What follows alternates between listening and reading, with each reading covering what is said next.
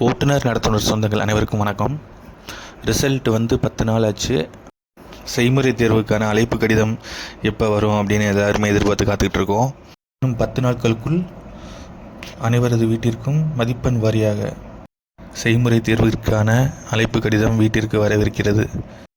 அதை பற்றிய ஒரு சின்ன கருத்து கணிப்புங்க. இது என்னோட தனிப்பட்ட கருத்து கணிப்பு தான். இந்த மார்க் அடிப்படையில் தான் இன்டர்வியூ லெட்டர் வரும் அப்படிங்கிறது என்னோட கணிப்பு. இதனால் இதை விட குறைவான மதிப்பெண் எடுத்த நபர்கள் யாரும் வருத்தப்படாதீங்க. எதற்காக சொல்கிறேன்னா, எஸ்சிடிசி எக்ஸாம் 685 பேர் தான் எடுத்தாங்க. இந்த டைம் வந்து அதை விட 5 மடங்கு அதிக நபர்கள் வந்து தேர்வு செய்கிறாங்க. அதனால் அதே அடிப்படையில் தான் வந்து இந்த டைமும் வந்து அப்ளிகண்ட்டும் அப்ளை பண்ணியிருக்காங்க. அதை விட முக்கியமாக இந்த டைம் ரிஜெக்டட் அப்ளிகேஷன்ஸ் மட்டுமே 8000க்கு மேலே வர வாய்ப்பு இருக்குங்க. அதனால் சரியான முறையில் டாக்குமெண்ட்ஸ் அண்டு லைசன்ஸ் சரியான வேலிடிட்டியோடு வச்சுருந்தீங்கன்னா நீங்கள் கவலைப்படாதீங்க. 7 மார்க் 8 மார்க் எடுத்திருந்தாலும் கூட நீங்கள் கவலைப்படாதீங்க. அனைவருக்குமான வாய்ப்பு இருக்குது. ஓகேங்க, இப்போ நான் ரொம்ப கிளியராக ஒரு கால்குலேஷன் போட்டு வச்சுருக்கேன். இந்த மார்க்கு இதற்கு மேல் உள்ள மார்க்கின் அனைவருக்கும் இன்டர்வியூ செயல்முறை தேர்விற்கான கால் லெட்டர் வருவதற்கு 100% வாய்ப்பு இருக்குங்க. ஓகே, நம்ம வீடியோக்குள்ளே போகலாம். ஃபஸ்ட்டு கோயம்புத்தூர் வந்து 1328 பேர் பாஸ் பண்ணியிருக்காங்கங்க. டோட்டல் வேக்கன்சிஸ் வந்து 344. அப்போ 1:3ங்கிற அடிப்படையில் 1032 பேர் செலக்ட் பண்ணுவாங்க. அப்போ 22 அதற்கு மேல் உள்ளவங்க அனைவருக்கும் இன்டர்வியூ லெட்டர் வரும். நெக்ஸ்ட்டு கும்பகோணம் வந்துங்க, ஓவரால் தமிழ்நாட்டிலே அதிகமான வேக்கன்சிஸ் கும்பகோணம் கோட்டத்தில் தான் கொடுத்துருக்காங்க, 756. அப்போ வந்து 2268 பேர் 1:3ங்கிற அடிப்படையில் வந்து இன்டர்வியூ லெட்டர் வருங்க. 3094 பேர் பாஸ் பண்ணியிருக்காங்க. அப்போ 22 அதற்கு மேற்பட்ட மதிப்பெண்கள் எடுத்திருக்க அனைவருக்கும் இன்டர்வியூ லெட்டர் வரும்.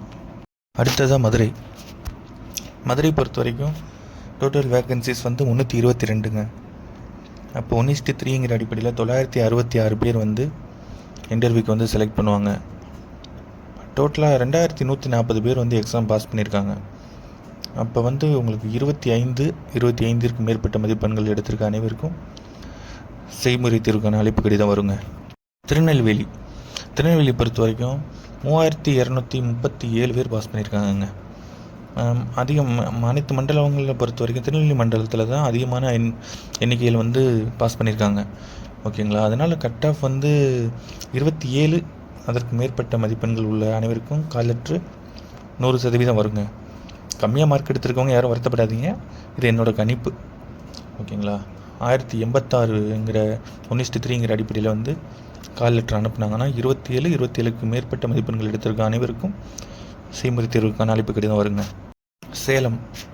சேலம் மண்டலம், தருமபுரி, சேலம் 2 டிவிஷன் மட்டும்தான் 486 வேக்கன்சிஸ் கேட்டிருக்காங்க. 1:3ங்கிற அடிப்படையில் 1458 பேருக்கு வந்து அழைப்பு கடிதம் போகணும்.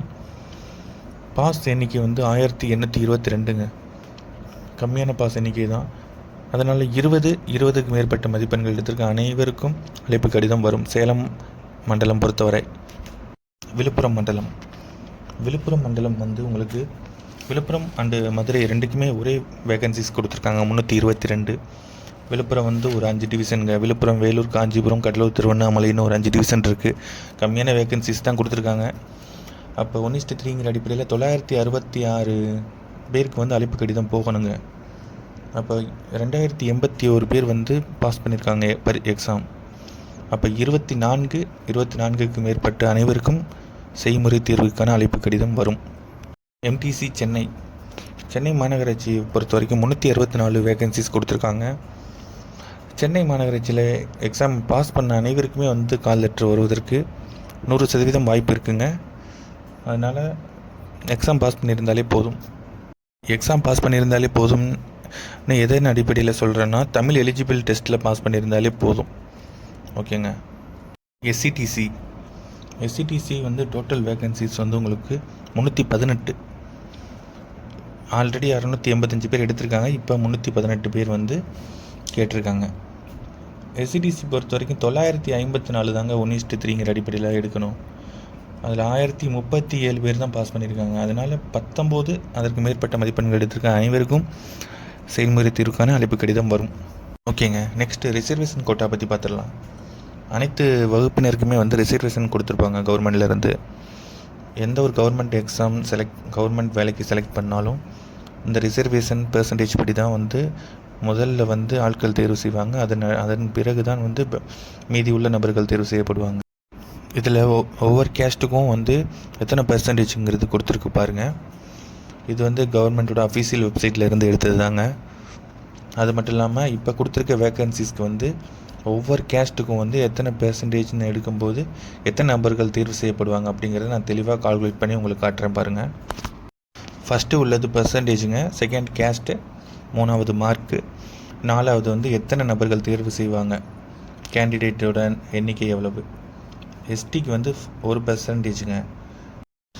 அப்போ 33 நபர்களுங்க. 33னா 1 டிவைடட் பை 100 இன்ட்டு 3274. அப்போ ஈக்குவல் டு 33 நபர்கள் எடுக்கணுங்க. 33 நபர்கள் எடுக்கும்போது 27 அதற்கு மேற்பட்ட மதிப்பெண்கள் எடுத்திருக்க அனைவருமே எஸ்டி கோட்டாவில் உள்ளே வந்துடுவீங்க. அடுத்ததாக எஸ்சிஏ. எஸ்சிஏங்கிறது ஸ்கெடியூல் கேஸ்ட் ஃபார் அருந்ததியருங்க. தெரியாதவங்க தெரிஞ்சுக்கோங்க, அதுக்காக சொல்கிறேன். 3%. 3%ங்கிறபோது 3 divided by 100 into 3274 equal to 98. 98 நபர்கள் எஸ்சிஏ கோட்டாவில் கண்டிப்பான முறையில் தேர்வு செய்யணுங்க. அப்போ 30 அதற்கு மேற்பட்ட மதிப்பெண்கள் எடுத்திருக்க அனைவருமே எஸ்சிஏ கோட்டாவில் உள்ளே வந்துடுவீங்க. நெக்ஸ்ட்டு பிசிஎம் முஸ்லீம். முஸ்லீம் கோட்டாங்க 3.5%. அப்போ உங்களுக்கு 3.5 டிவைடட் பை 100 இன்ட்டு 3274.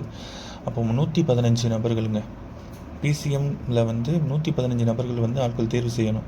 அப்போ 22 அதற்கு மேற்பட்ட மதிப்பெண்கள் எடுத்திருக்க அனைவருமே பிசிஎம் கோட்டாவில் வேலைக்கு தேர்வு செய்யப்படுவீங்க. நெக்ஸ்ட்டு எஸ்சி கோட்டாங்க. எஸ்சி கோட்டா பொறுத்த வரைக்கும் 15%. அப்போ உங்களுக்கு 491 நபர்கள் தேர்வு செய்யப்படணும். அப்போ 31க்கு மேற்பட்ட மதிப்பெண்கள் எடுத்திருக்கிற அனைவருக்கும் எஸ்சி கோட்டாவின் அடிப்படையில் வேலைக்கு அமர்த்தப்படுவர். அடுத்ததாக எம்பிசி டிஎன்சி 20%ங்க. அப்போ 654 நபர்கள். அப்போ 32 அதற்கு மேற்பட்ட மதிப்பெண்கள் எடுத்திருக்க அனைவரும் எம்பிசி கோட்டாவில் வேலைக்கு அமர்த்தப்படுவீர்.